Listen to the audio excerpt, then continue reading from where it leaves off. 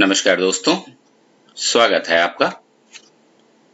आज हम बात करेंगे class 12 history themes in Indian history book 1 chapter 4 thinkers beliefs and buildings cultural development, यानी विचारक, विश्वास और इमारतें, सांस्कृतिक विकास। ईसा पूर्व 600 ईस्वी से ईसा संवत 600 ईस्वी तक के most important 3 marks and 8 marks questions के बारे में। दोस्तों, यदि आपने इन क्वेश्चंस को अच्छी तरह से लर्न कर लिया तो मेरी गारंटी है कि बोर्ड एग्जाम में इससे बाहर कोई क्वेश्चन नहीं आएगा। तो चलिए बात करते हैं पहले 3 मार्क्स क्वेश्चंस का, जिसका जवाब आपको मैक्सिमम 100 वर्ड्स में देना होता है। पहला क्वेश्चन है, discuss the role of the Begums of Bhopal in preserving the stupa at Sanchi. Sanchi के स्तूप के संरक्षण में भोपाल के बेगमों की क्या भूमिका थी, ये आपको बताना है और इसका जवाब आपको पेज नंबर 83 पर पॉइंट नंबर 1 में दिया गया है। अगला सवाल देखते हैं। अगला सवाल है, the mid first millennium BCE is often regarded as a turning point in world history. Explain. ईसा पूर्व प्रथम सहस्त्राब्दी का काल विश्व इतिहास में एक महत्वपूर्ण मोड़ माना जाता है, स्पष्ट कीजिए। कि ये जो ईसा पूर्व प्रथम सहस्त्राब्दी का जो समय था, ये पूरी दुनिया में एक बहुत ही महत्वपूर्ण मोड़ का समय क्यों माना जाता है, इसके क्या कारण हैं, ये आपको बताना है और पेज नंबर 84 पर पॉइंट नंबर 2 में इसका उत्तर दिया गया है।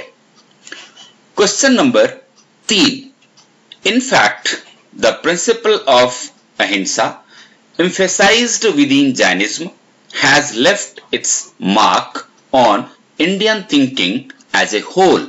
Examine. वस्तुतः जैन अहिंसा के सिद्धांत ने संपूर्ण भारतीय चिंतन परंपरा को प्रभावित किया है, इस कथन का परीक्षण कीजिए।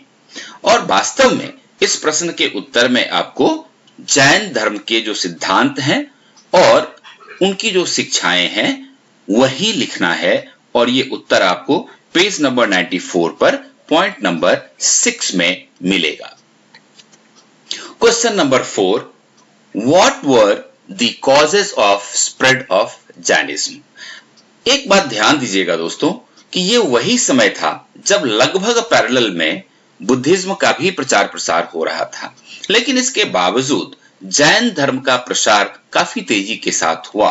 तो इसके क्या कारण थे और इसका उत्तर आपको पेज नंबर 89 पर पॉइंट नंबर 3.1 में दिया गया है। Question 5, why Buddhism grew rapidly both during the lifetime of Buddha and after his death. Buddha के जीवन काल में और उनकी मृत्यु के बाद भी बौद्ध धर्म तेजी के साथ फैला, तो इसके क्या कारण थे ये आपको बताना है और पेज नंबर 94 पर पॉइंट नंबर 6 में इसका आंसर दिया गया है। क्वेश्चन नंबर 6 कहता है, who were the followers of Buddha. Buddha के अनुयायी कौन थे, किन लोगों ने बुद्ध को फॉलो किया? तो इस प्रश्न का उत्तर आपको पेज नंबर 92 पर पॉइंट नंबर 6 में मिलेगा। क्वेश्चन नंबर 7 देखिए, हाउ वर स्तूप्स बिल्ट। स्तूप कैसे बनाए गए थे? तो इसका जो उत्तर है ये 96 पेज पर पॉइंट नंबर 7.2 में है और इस प्रश्न के उत्तर में आपको ये बताना है कि किन किन लोगों के सहयोग से स्तूप बनाए गए थे, क्योंकि आज से 2 साल पहले बोर्ड में ये सवाल पूछा गया था और बड़ा कंफ्यूजन लोगों में था कि भाई इसका उत्तर क्या दें, कि कैसे बनाए गए। तो यहां आपको उसके संरचना के बारे में नहीं लिखना है, यहां यह लिखना है कि किनके सहयोग से स्तूप बने थे। और अगला क्वेश्चन संरचना की विशेषताओं के बारे में है, जो ये कहता है कि write the features of the structure of stupa. स्तूप की संरचना की विशेषताएं बताइए। ये आपका अलग प्रश्न बनता है जिसका उत्तर आपको पेज नंबर 96-97 पर पॉइंट नंबर 7.3 में मिलता है। और क्वेश्चन नंबर 9 कहता है how हैजियोग्राफीज of the Buddha helped in understanding of Buddhist sculpture। बौद्ध मूर्ति कला को समझने में बुद्ध की जीवनी ने कैसे मदद की। बौद्ध मूर्ति कला और बुद्ध का जीवन दोनों एक दूसरे से जुड़े हुए हैं, तो बुद्ध के जीवन को अगर आपने समझ लिया तो उसी को मूर्ति कला के रूप में दिखाया गया है। और इस प्रश्न का उत्तर आपको पेज नंबर 100 पर पॉइंट नंबर 9.2 में दिया गया है। अगला जो सवाल है क्वेश्चन नंबर 10 वो है by the 1st century CE there is evidence of changes in Buddhist ideas and practices analyse. ईसा की प्रथम सदी के बाद अवधारणाओं और व्यवहार में बदलाव नजर आता है, इसका विश्लेषण कीजिए। तो आपको इस प्रश्न के जवाब में हीनयान और महायान के बीच का जो अंतर है वो बताना है और इसका उत्तर पेज नंबर 103 पर पॉइंट नंबर 10.1 में दिया गया है। और क्वेश्चन नंबर 11 कहता है व्हाई वर स्तूपास बिल्ट। स्तूपों का निर्माण क्यों किया गया था, तो इसका उत्तर पेज नंबर 96 पर पॉइंट नंबर 7.1 में है। किस कारण से बनाया गया था, यहां वो कारण आपको बताना है। तो दोस्तों ये जो 11 क्वेश्चन हैं ये 3 नंबर के लिए बहुत इंपॉर्टेंट हैं। अब बात करते हैं 8 मार्क क्वेश्चन की। 8 नंबर का जो सवाल होता है उसका जवाब मैक्सिमम 350 वर्ड्स में होना चाहिए। और यहां क्वेश्चन नंबर 1 क्या कहता है, describe the life and teachings of Buddha.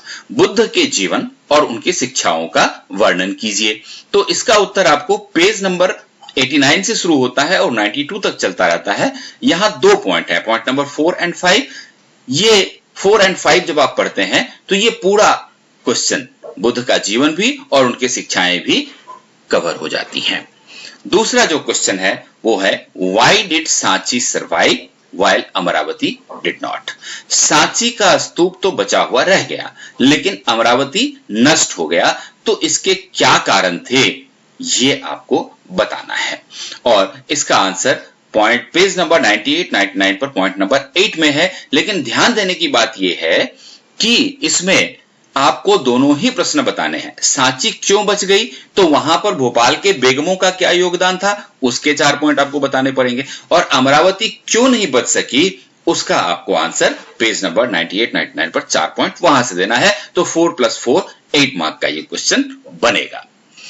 अगला जो सवाल है 8 मार्क का वो है people who turn to Buddhism enriched it with their own pre-Buddhist and even non-Buddhist beliefs, practices and ideas describe। जो लोग बौद्ध धर्म में आए उन्होंने बुद्ध पूर्व और बौद्ध धर्म से इतर दूसरे विश्वासों, प्रथाओं और धारणाओं से बौद्ध धर्म को समृद्ध किया। विवरण दीजिए। और इसका उत्तर पेज नंबर 100 से लेकर 103 पेज तक इसका उत्तर चलता है।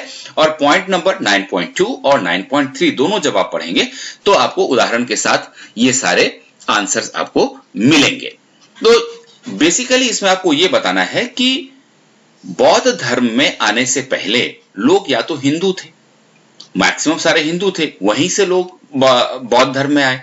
तो बौद्ध धर्म का अनुसरण करने के बाद भी उनकी जो प्रीवियस थिंकिंग थी उसको भी वो अपने साथ लेकर के आए और वही चीज यहां भी चलता रहा। जैसे एक एग्जांपल सालभंजिका का है, तो उसी तरह का एग्जांपल आपको इस उत्तर में देना है।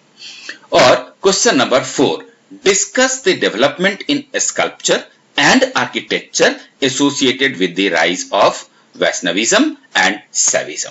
वैष्णववाद और शैववाद पौराणिक हिंदुइज्म से इसका लेना देना है। तो वैष्णववाद और शैववाद के उदय से जुड़ी हुई वास्तुकला और मूर्तिकला के विकास की चर्चा कीजिए। पेज नंबर 104 और 105 पर पॉइंट नंबर 10.5 में इसका उत्तर आपको मिलेगा। दोस्तों एक बहुत इंपॉर्टेंट बात मैं आपको बताऊं कि पिछले 3 चैप्टर में अगर आपने मेरे वीडियोस देखे हैं तो आपको पता चला होगा कि वहां पर 4 नंबर क्वेश्चन जो आप देख पा रहे हैं उसकी चर्चा कहीं कहीं पीछे भी हुई है, लेकिन आपका फोकस यहां पर में इसी चैप्टर के ऊपर होना चाहिए। दूसरी बात कि यहां 8 नंबर के 4 सवाल मैंने दिए हैं, लेकिन अगर आप मेरे दूसरे जो पीछे के 3 चैप्टर्स के 3 और 8 मार्क्स के जो क्वेश्चंस हैं, अगर उनकी संख्या देखें तो मुश्किल से 2 है। इसका मतलब यह हुआ कि बोर्ड एग्जाम में इस चैप्टर से 8 मार्क्स के सवाल आने की संभावना ज्यादा है, इसीलिए आप इसको बहुत अच्छी तरह से तैयार कर लें। और यदि आपने अब तक इसको सब्सक्राइब नहीं किया है तो चैनल को सब्सक्राइब कर लें और इसको शेयर भी कर दें, बेल बटन जरूर दबा दें ताकि आपको आने वाली वीडियोस का नोटिफिकेशन मिलता रहेगा। और साथ में एक काम और भी करें कि कमेंट बॉक्स में ये लिखकर हमें जरूर बताएं कि आपको ये वीडियो कैसा लगा। धन्यवाद।